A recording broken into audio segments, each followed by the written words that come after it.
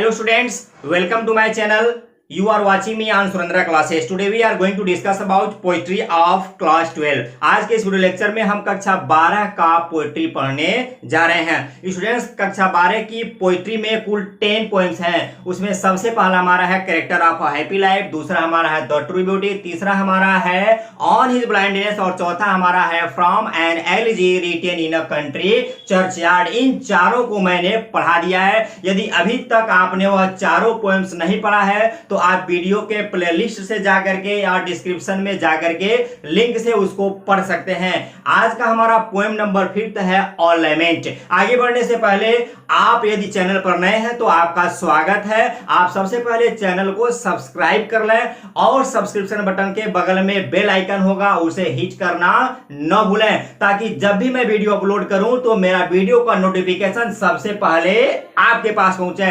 तो आइए स्टूडेंट्स, हम कक्षा 12 का पोएम नंबर 5 ऑर्नामेंट को देखते हैं। पोएम नंबर 5, पोएम का नेम है ऑर्नामेंट। इट्स हिंदी विलाप। लिखने वाले हैं पी.बी. शेली। 1792 में पैदा हुए थे और 1822 में इनका डेथ हो गया था, अर्थात मात्र 29 वर्ष की अल्प आयु में ही इनका डेथ हो गया था। इनके बारे में मैं थोड़ा सा आपको बता दूं, पोएट के बारे में, कि इनका जीवन संघर्षों से भरा हुआ था और यह इतने अधिक परेशान हो गए कि इंग्लैंड को इनको छोड़ करके इटली जाना पड़ा और यह जा करके इटली में सेटल हो गए। इतनी अधिक यह परेशानी और चिंता में थे कि यह अल्प आयु में ही, अर्थात अपने युवा काल में ही बुढ़ापे के रूप में यह देखे जा सकते थे। यह वृद्ध नजर आते थे। इनकी कंडीशन यह हो गई थी। स्टूडेंट्स, पोएट के बारे में आपको इंटरमीडिएट में नहीं लिखना होता है, तो इनके बारे में बस इतना ही। हम इस पोएम के टेक्स्ट पर चलते हैं। टेक्स्ट आपको पढ़ना है, टेक्स्ट एग्ज़ाम में आते हैं। तो आइए, समय को ध्यान में रखते हुए हम टेक्स्ट पर चलते हैं। लेकिन उससे पहले मैं आपको इस पोएम का थीम बता दूं, सार बता दूं कि यह कविता कवि के जीवन की निराशा और असफलता को दर्शाती है। इसके कारण कवि का यौवन वीरान हो गया है और जीवन और प्रकृति के द्वारा प्रदत्त सुखों का आनंद उठाने में अब वह असमर्थ है। कविता का प्रत्येक शब्द पश्चाताप और निराशा की अवर्णनीय भावनाओं से भरा हुआ है। वह कल्पना करता है कि वह काल की अंतिम सीढ़ी पर खड़ा है। अपने बीते हुए समय को वह दुर्बल हृदय से देखता है एवं महसूस करता है कि भविष्य में इस संसार में उसके गिने चुने दिन रह गए हैं। वह पश्चाताप करता है कि उसका युवा शक्ति एवं जीवन की खुशियां फिर लौट कर उसके जीवन में कभी नहीं आएंगी। उसके रात और दिन जो है आनंदहीन हो गए हैं। प्रकृति का सौंदर्य अब उसके लिए कोई खुशियां नहीं लाता है, वरन उसके दुख को और बढ़ा देता है। तो आइए पोएम के थीम पर चलते हैं। में केवल 2 ही स्टेंजा हैं। O word, O life, O time, on whose lost steps I climb, trembling at that where I had stood before. When will return the glory of your prime? No more, oh never more. Students, मैं आपको एक चीज़ पहले ही बता दूं कि जब इस sentence में यह ओ मिल जाए, मार्क ऑफ एक्सक्लेमेनेशन अर्थात संबोधन का चिन्ह मिले, तो इसमें एक फिगर ऑफ स्पीच होता है और उसका नाम होता है एपोस्ट्रोफी। तो इसमें एपोस्ट्रोफी है। इस पोएम में अधिकांश लाइनों में एपोस्ट्रोफी है। कवि कहता है ओ वर्ड, हे संसार, ओ लाइफ, हे जीवन, ओ टाइम, और हे समय। कहता है हे संसार, हे जीवन, हे समय, ऑन हुज, जिनकी, अर्थात संसार, दुनिया, जीवन और समय की लास्ट अंतिम स्टेप्स, सीढ़ियों पर आई क्लाइम, मैं चढ़ा हुआ हूं। और ट्रेम्बलिंग बता रहा है कि कांप रहा हूं एट दैट, उस जगह पर, वेयर, जहां, आई हैड स्टूड बिफोर, जहां मैं पहले खड़ा था, वहीं आज भी मैं हूं, बट आज मैं कांप रहा हूं। अर्थात मेरे शरीर में उतनी क्षमता नहीं रह गई है, चुनौतियों को स्वीकार करने की शरीर हमारा दुर्बल सा हो गया है और आज मेरे पैर कपा रहे हैं। आगे क्या कहता है, When will return, कब वापस आएगा, गागेगी रिटर्न, वापस होना, the glory, yes of your prime, prime का मतलब होता है युवा काल। कवि कहता है कि तुम्हारी युवा अवस्था का वैभव कब लौटेगा। कवि के कहने का तात्पर्य है कि जो जवानी का समय है वह चला गया है और वह कब लौटेगा। नो मोर, नहीं, ओ नेवर मोर, कहता है अब कभी नहीं, कहता है ओ कभी नहीं लौट करके आएगी।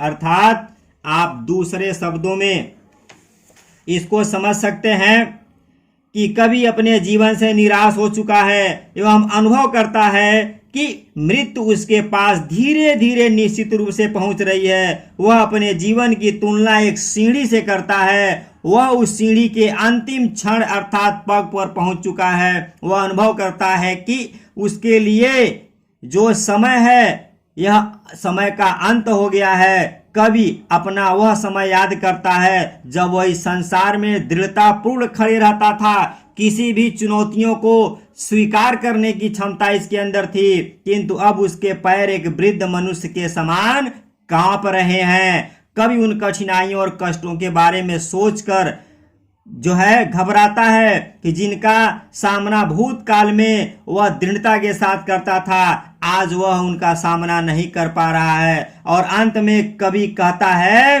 कि मेरे जीवन का वह जो बीता हुआ समय है वह कभी न लौट करके मेरे पास आएगी, अर्थात कभी भी मेरे पास नहीं लौटेगी। आगे देखें,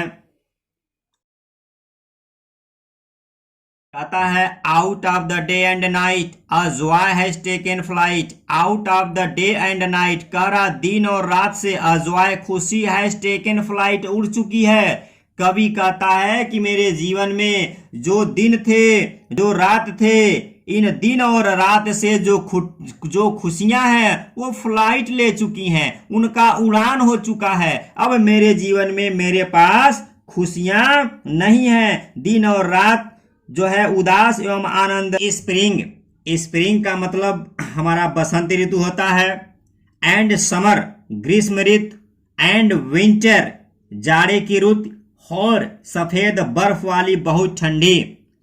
मूव माई फेंट हर्ट विद ग्रीफ मीन्स होता है दुख, और मूव मीन्स होता है हलचल पैदा करना, शिहरन पैदा करना। बट विद डिलाइट मीन्स आनंद होगा। नो मोर, ओ नेवर मोर। फिर से देखें, कवि कहता है फ्रेश स्प्रिंग, कहता है वह बसंत ऋतु की ताजगी, बसंत ऋतु की ताजगी। एंड समर, कहता है जो वह ग्रीष्म ऋतु था, ग्रीष्मकालीन समय था। एंड विंटर, और कहता है वह ठंडी में जो बर्फ है। मूव माई फेंट हार्ट विद ग्रीफ, अब मेरे दिल को दुख दे रहे हैं, मेरे दुर्बल हृदय को दुख से सिहराते हैं, दुख से कपा रहे हैं ठंडी की वजह से। बट विद डिलाइट, लेकिन अब कहीं भी आनंद नहीं है। नो मोर, नहीं है। ओ नेवर मोर, और बिल्कुल भी नहीं है, अर्थात कभी नहीं आएगा। स्टूडेंट्स, मैं आपको एक चीज बता दूं कि जब एक व्यक्ति युवा होता है तो उस युवा काल में व्यक्ति को ठंडी, गर्मी, बरसात हर एक चीज बहुत अच्छा लगता है, बहुत सुहावनी लगती है। बट जब वह व्यक्ति वृद्धावस्था में आता है तो ये चीजें जो युवा काल में उसको आनंद देती थी, अब ये चीजें उसको दुख देती हैं। मैं आपको एक सीधा सा एग्जांपल दे रहा हूं। आप यंग हैं, आप अगर डीजे बजाते होंगे तो उसका साउंड वॉल्यूम आप चाहते होंगे एकदम और तेज हो जाए, उसका साउंड जो है और लाउड आए, और लाउड आए।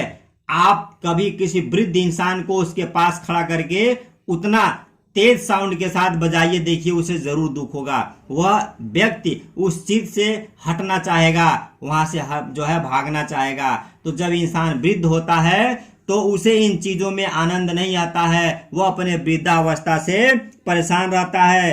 तो कवि के कहने का तात्पर्य क्या है?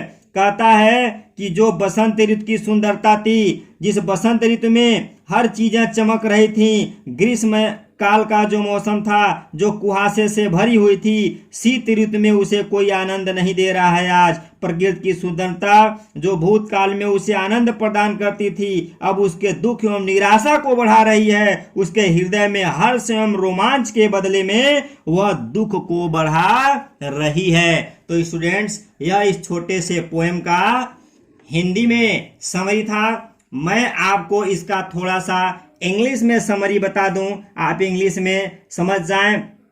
The poet laments that his word is without joy, his life is without delight, and his time is without pleasure for him.